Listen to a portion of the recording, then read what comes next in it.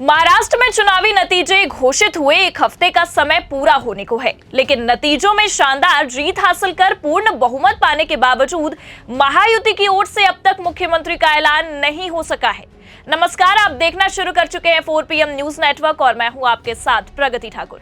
महाराष्ट्र विधानसभा का कार्यकाल भी पूरा हो चुका है और कायदे से अब तक नए मुख्यमंत्री का ऐलान होकर नई सरकार का गठन हो जाना था, लेकिन भाजपा ने कभी नियम कानून और संविधान की परवाह की है।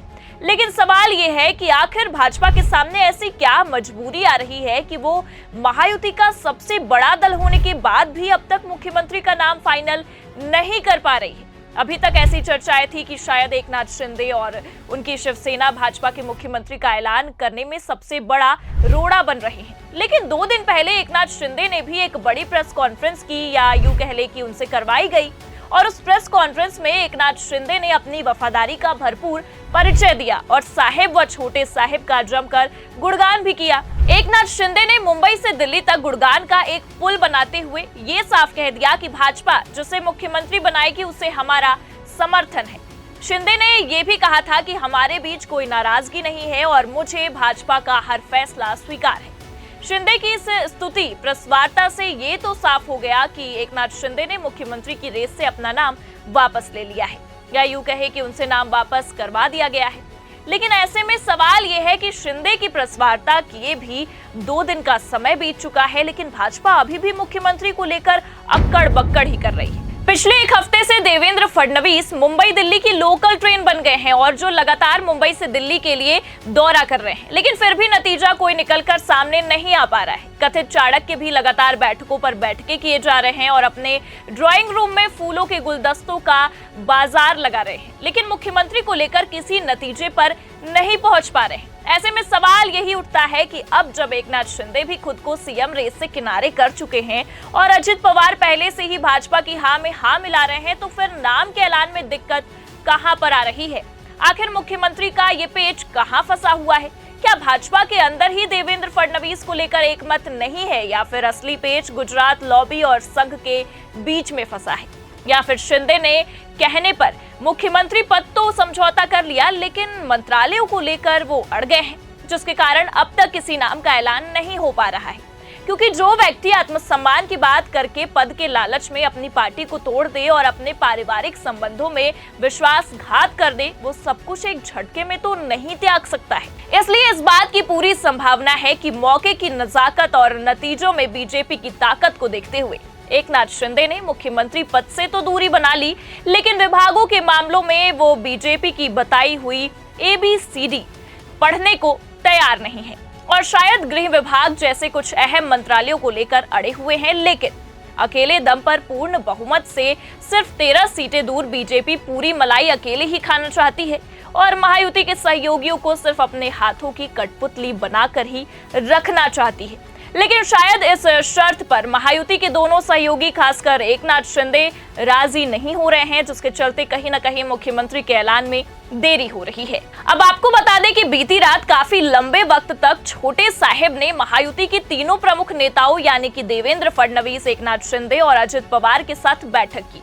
लेकिन फिलहाल तो चाणक्य महोदय भी अपने घर में फूलों के गुलदस्तों की संख्या बढ़ाने के अलावा किसी नतीजे पर नहीं पहुंच पाए हैं और मुख्यमंत्री के नाम को लेकर उठापटक अभी भी जारी है। हालांकि कल की दिल्ली बैठक की जो तस्वीरें सामने आई हैं, वो भी मुख्यमंत्री कौन की पिक्चर को काफी कुछ बयां करती हैं। कल जब महायुति के तीनों नेता गृह मंत्री अमित शाह के घर बैठक के लिए पहुंचे, तो सामने आई तस्वीरों में दिख रहा है कि शाह को गुलदस्ता देते समय देवेंद्र फडणवीस के चेहरे पर तो बड़ी सी मुस्कान देखी जा सकती है, लेकिन वहीं अगर बगल में खड़े एकनाथ शिंदे को देखेंगे तो पता चल जाता है कि मुख्यमंत्री की कुर्सी जाने का दुख कितना गहरा होता है। साथ ही ये तस्वीर कहीं न कहीं ये भी साफ कर देती है कि महाराष्ट्र के मुख्यमंत्री की गद्दी पर कौन बैठने वाला है। हालांकि ये सब बातें तब तक महज कयास हैं जब तक मुख्यमंत्री का नाम का ऐलान नहीं हो जाता है, इसलिए मुख्यमंत्री को लेकर सस्पेंस अभी भी बरकरार। हालांकि आपको बता दें, 2 दिन पहले एकनाथ शिंदे द्वारा की गई चरण वंदना के बाद ये तो स्पष्ट है कि एकनाथ शिंदे अब रेस से बाहर हो गए हैं, क्योंकि जिस तरह से उनसे ये गुणगान करवाया गया उससे स्पष्ट है कि वो अब पूर्व मुख्यमंत्री ही रहेंगे।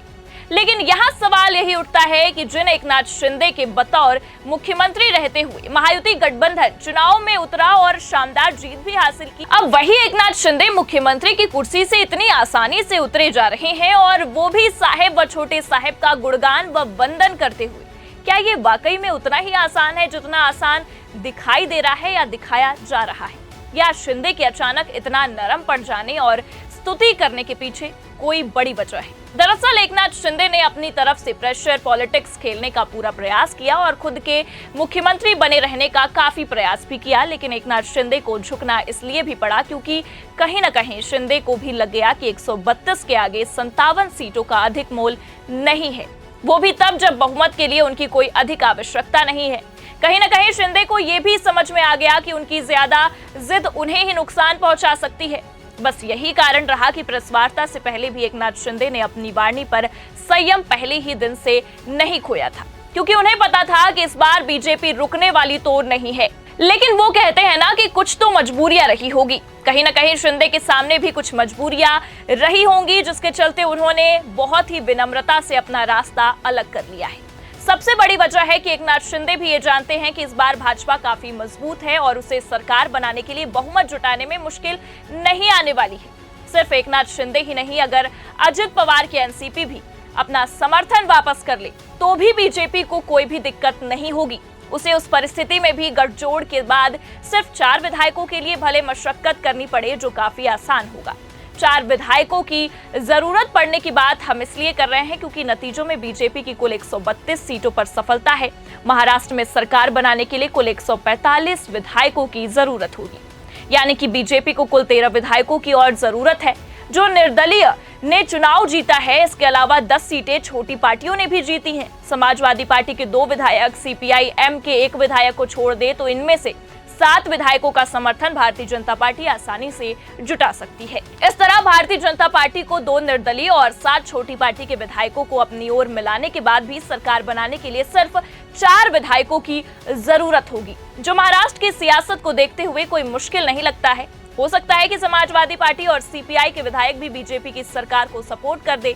बस यही कारण है कि सीएम पद के लिए एकनाथ शिंदे बहुत मोलभाव करने की हैसियत में नहीं थे, इसलिए उन्होंने शांति का रास्ता अख्तियार किया।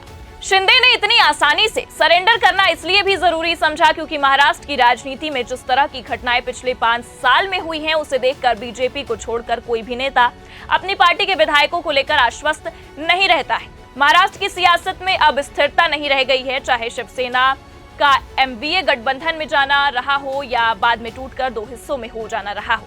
अजित पवार का 2019 में अपने चाचा का साथ छोड़कर आना हो और 80 घंटे के अंदर फिर से वापस हो जाना हो। अजित पवार का फिर से अपनी पार्टी को तोड़कर महायुति गठबंधन में आना हो। ये सभी घटनाक्रम अचानक ही हुए हैं, जिसकी कोई कल्पना नहीं कर सकता था। अब ऐसे में एकनाथ शिंदे ये जानते हैं कि आज अगर वो 2019 के जैसे उद्धव ठाकरे की रणनीति अपनाते हैं तो कब एक दूसरा शिंदे उनकी पार्टी में सर उठा ले ये पता भी नहीं चलेगा।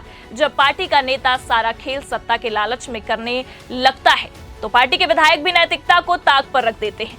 इस बात को शिंदे से ज्यादा अच्छे से कौन समझ सकता है भला। एकनाथ शिंदे समझदार है और अपने पुराने साथी उद्धव ठाकरे के रास्ते पर जाने से उन्होंने अपने मन को मना लिया है। अगर एकनाथ शिंदे इस जिद पर आते हैं कि उन्हें सीएम बनना ही बनना है तो उन्हें कल को अपनी विचारधारा के उलट कांग्रेस और एमवीए के साथ जाना मजबूरी हो जाता। आपको बता दें कि वो अच्छी तरह से देख रहे हैं कि विचारधारा से समझौता करने का हश्र उद्धव ठाकरे के साथ क्या हुआ है।